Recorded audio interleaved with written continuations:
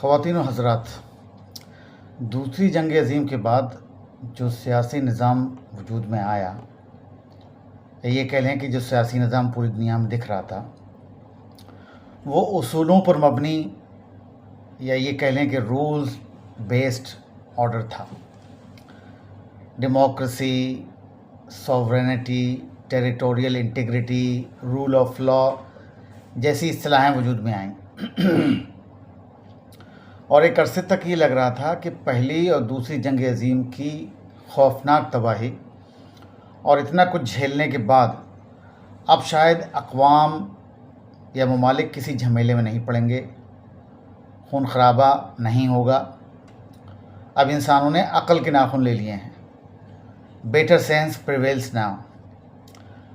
لیکن گزشتہ چند سالوں اور بالخصوص پچھلے ایک سال نے سب کچھ جھنجھوڑ کر رکھ دیا ہے۔ رولز بیسڈ آرڈر کی دھجیاں اڑائی جا رہی ہیں۔ اب سے کچھ سالوں پہلے تک کوئی یہ سوچ بھی نہیں سکتا تھا کہ امریکہ اور روایتی حلیفوں جیسے یورپ اور کینیڈا میں اتنی دوریاں آ جائیں گی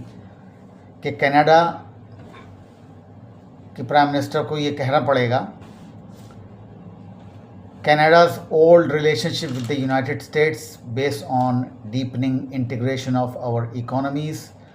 and tight security and military cooperation is over۔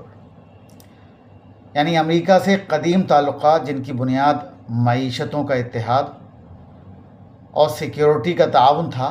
اب ختم ہو چکے ہیں۔ یہ کوئی معمولی بات نہیں ہے، یہ وہ ممالک ہیں جو ہمیشہ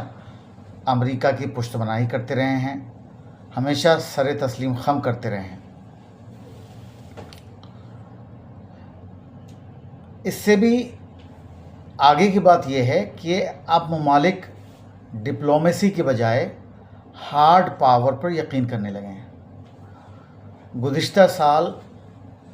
مشرق سے لے کے مغرب تک یہ ہارڈ پاور اپنے پورے آب و تاب کے ساتھ نظر آئی، اور کبھی جو ایسا لگتا تھا کہ جنگ یا ملٹری انٹرونشن بہت دور کی بات ہے، اب یہ ایک عام سی بات لگنے لگی ہے۔ قرآن مجید میں ارشاد ہوا ہے، اعوذ باللہ من الشیطان الرجیم، یا ایھا الانسان انک کادح الی ربک کدحا فملاقیہ۔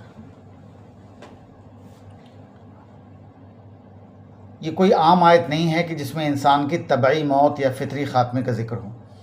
کہ ایک نہ ایک دن ہر ایک شخص کو جانا ہے، بلکہ مفسرین نے لکھا ہے کہ اس آیت میں فوکس اس چیز پر ہے کہ انسان جانے انجانے میں اپنے ہی ہاتھوں سے، اپنے ہی اعمال سے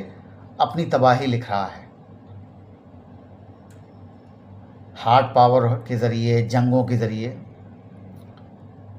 humans knowingly or unknowingly are working towards their own doom۔